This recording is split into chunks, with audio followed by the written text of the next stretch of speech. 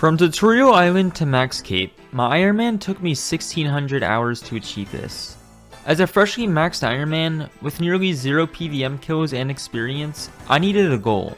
Despite being unfamiliar with a lot of bosses in this game, I want to get absolute max gear in my Iron Man, all by myself. Just me doing the most efficient way of grinding upgrades, including all 3 mega rares. This is my journey. Follow along as I go from freshly maxed to absolute maxed. We ended the last video with the 501 Yama kills, 3 horns and only 1 Oathplate piece, the legs. This boss has been so much fun to release, and I decided I don't want to leave it yet. I want to complete the full armor set nice and early. At the end of the day, it's good gear anyway, better than Bandos, and the best part of it is that there's dry protection. So surely I won't be here too much longer.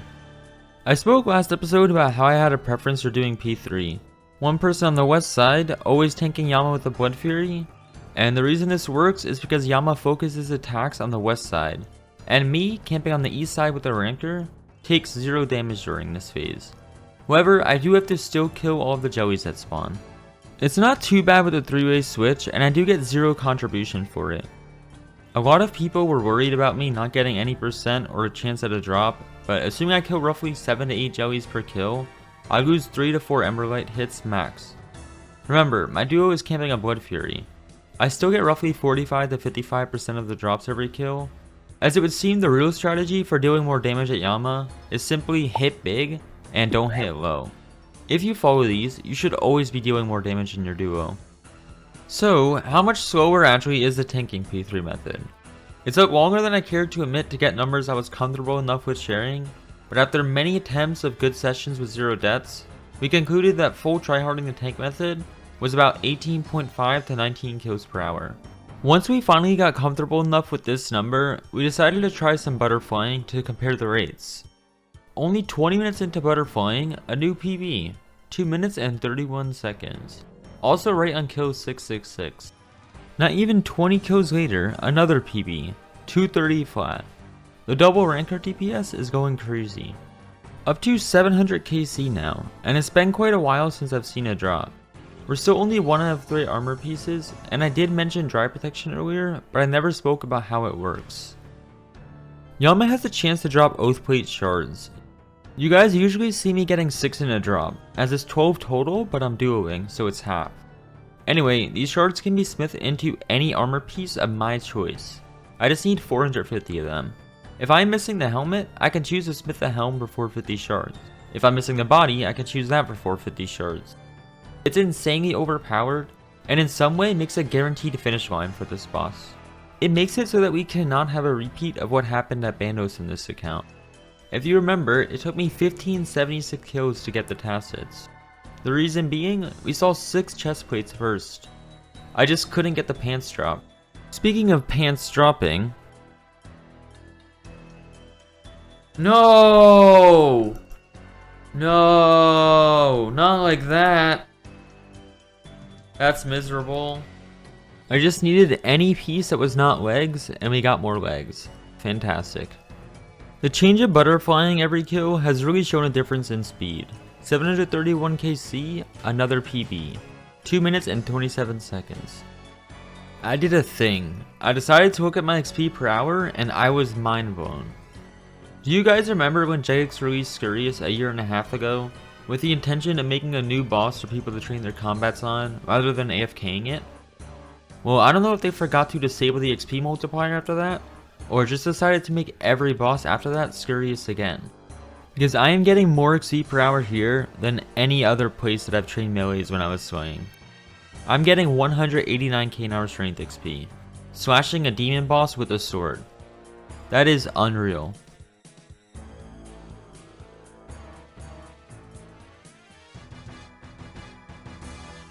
Where's Yama? Dude, he's missing.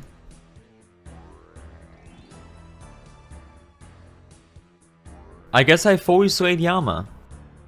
Now it's up to my duo to start every kill. After about 200 kills butterflying, I've grown to have a preference for it. I am also comfortable enough to say my kills per hour is roughly 19.5 to 20 when there's no deaths. This is about 5% faster than the tanking method. My priority is still to get kills long term, so while butterflying is my preference now, if my duo wants to AFK P3, I'm willing to do whatever gets me more kills overall, because I cannot stand this boss solo. It is horrible. That was my 900th kill, still only 2 leg pieces, and not 450 shards to smith a piece yet either. 923 KC, yet another pair of legs. This is horrible. Thankfully, last Wednesday, there was an update that 2 pieces can be broken down for 50 Oathplate shards. Now I only need to break down 9 legs in order to smith a different piece. 7 to go. Not sure if this is normal, but this trip has been so long that I currently have 5 run energy. Could you imagine this method pre-run energy change? We are now up to 999 KC. Yet another boss that is 4 digits long. Funnily enough, we still don't have 450 shards unless we break down our 2 legs. I will not do this yet, and I will get into why later on. For now, I'm just going to wait until I have 450 shards or get a second piece, whichever comes first. That's so cringe, man. Oh no, indeed.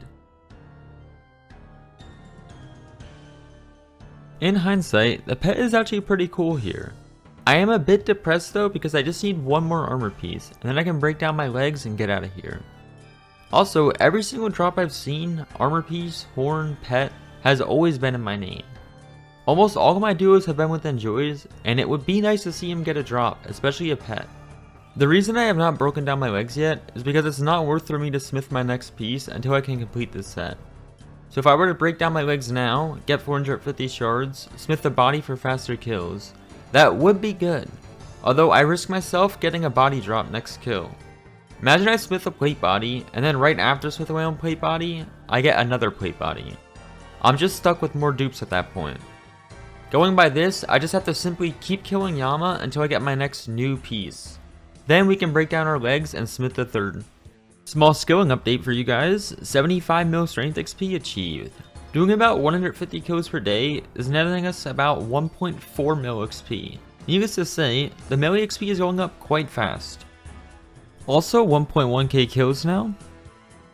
I swear I'm trying to finish this boss fast, but I'm up to 1200 KC now, and it's getting hard to find duos. Most mains I know of don't want to do this boss long considering it's 3 mil an hour, and I don't know if I know any irons if I'm being honest. I really hope we are done soon. We had a small little hiccup here where I had to solo the last 150 HP of Yama. Hopefully this is okay.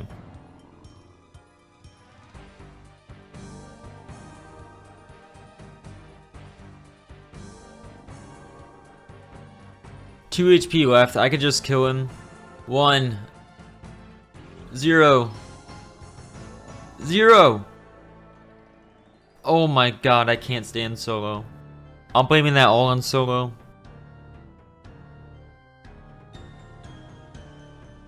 On Wednesday, they also super buffed fire runes, which I found pretty funny. In a normal duo, I'm getting 18k fire runes and 1 drop. 1, 2, 3, 4 KC. Not done yet. 1300 KC.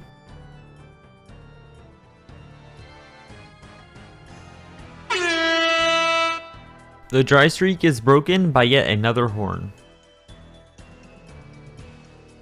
The entirety of week 1 Yama did not drop any clues, so I kind of lost the habit of completing them. Because of this, I almost made a massive mistake. I usually play in high risk worlds due to less lag, and when I do clues, I normally double check my world before going. However, because it's been about a week, I kind of forgot about that habit.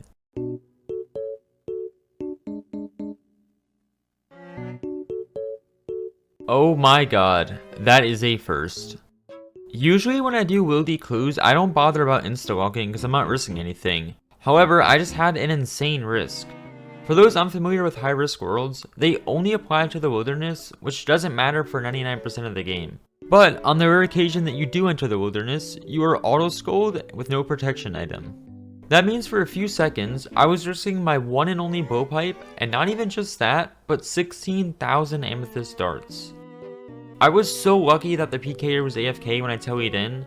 If he was paying attention, the rest of this video would be us rebuilding at Zora and Amethyst. Up to 1350 KC now, and I just want to say, even though I'm dry, it's somewhat motivating knowing I'll be done once I hit 900 shards. Would I like to get a second piece by then, and only have to smith one? Of course, but JX adding this dry protection makes it significantly better on the mental.